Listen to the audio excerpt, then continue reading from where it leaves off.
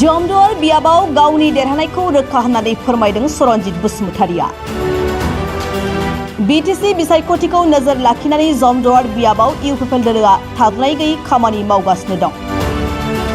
UPPL दोलोनि बिजाथि सरनजित बसुमतारिखौ देरहासार खालामनो थाखाय जमदुवार बियाबनि गोबां रायजोफोरा लोब लोब ओंखारबोदों। बेबायदिनो जमदुवार बियाबनि सिङाव थानाय 3 नं दावागुरि एबा गनापारा गामिनि 150निबो गोबांसिन माइनरिटी हारिनि रायजो राजाफ्रा गुबुन गुबुन दोलोखौ नागारनानै इउपिपिएल दोलोआव जयनिं जाफैयो। बे जयनिं जाफैनाय सोद्रोमाफोरखौ सरनजित बसुमतारि बिथांजों लोगोसे एमसिएलए रेवरेवा नार्जीहारि जमदुवार बियाबनि कोअर्डिनेटर डजन राभा बिथांमोनहा बाहागो लानानै बरायनानै लायो। बे जयनिं हाबाफारियाव बाहागो लानानै गावनि देरहासार जानायखौ दिनैनि सानावनो रोखासै होननानै बेबायदि फोरमायो।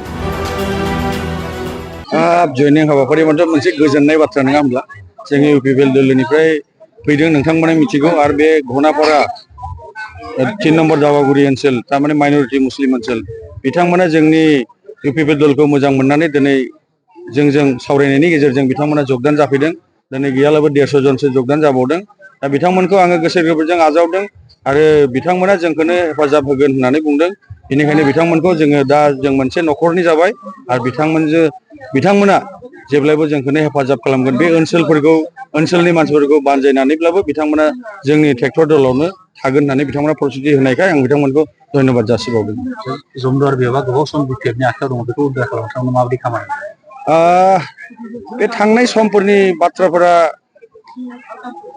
नानान रखम बिसयफोरखौ लानानै जादों, नाथाय बे बाराव बे ओनसोलखौ जोङो सहजै उद्धार खालामनो हागोन। दा नोंथांमोना नुबाय जे रायजो राजाफोरा लोब लोब जोंनि दलाव फैदों।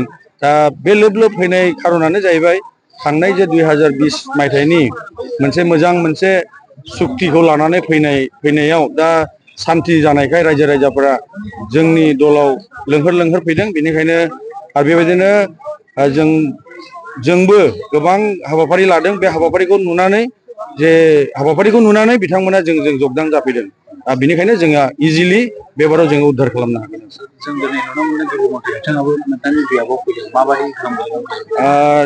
नोंथांमोना मिथिगौ जोंनि नैबे बियाबाव बिजेपि होननानै बेबायदि इसिबां मेम्बार्स गैया। दा गतिके बिथांमोना गावबागाव दलनि गावबागाव मोनसे फोसावनाय थायो। दा बेनिखायनो बिथांमोना फैदों गावसोरनि दलफोरखौ एसे रायजो राजाफोरा एसे थाथों होननानै, नाथाय बिथांमोना थानाय नङा। बिथांमोनाबो जोंनि दलावनो फैगोन आरो बिथांमोना गावसोरनि खामानिखौ बिथांमोना मावदों। गुबै बादायलायनाया बबे मोनसे दोलोजों जागोन? बादायलायनाय बुंनो थाङोब्लाथ' आंनि मथे बेबादि गैया। जों इउपिपिएलजों हागोन बादि गैया, खिन्थु खाथियाव नांगाला थानो हागौ। खिन्थु जोङो माबायानो इउपिपिएलआनो एखे जों 22-23 हाजार भटआव जोङो थागोन।